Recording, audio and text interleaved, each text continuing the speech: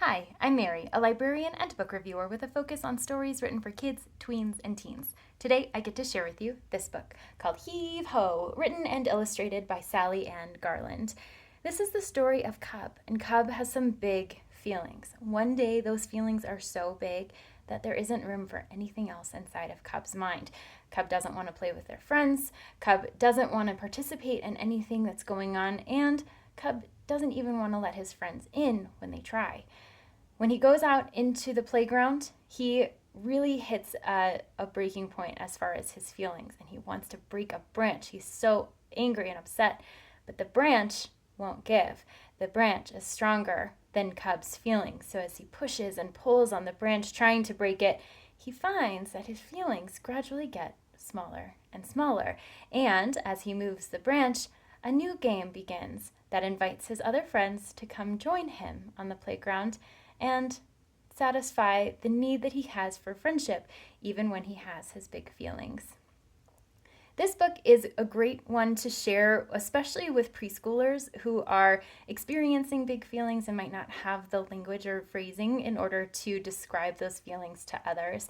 So, as you see in the picture, there are animals who are the focus of this book. So, Cub is the primary character with several others that surround him at school.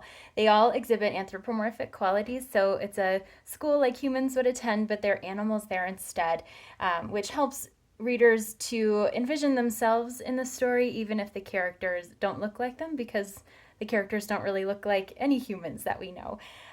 So as you're going through the book, you have the opportunity to discuss Cub's feelings, how Cub is exhibiting those feelings, and whether they're positive or maybe not so positive choices.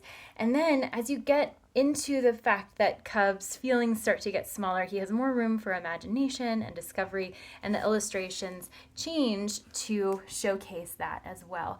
So you've got the fun element of the imagination as the story goes on. You have the fact that Cub's friends forgive him for those big feelings and how he interacts with them.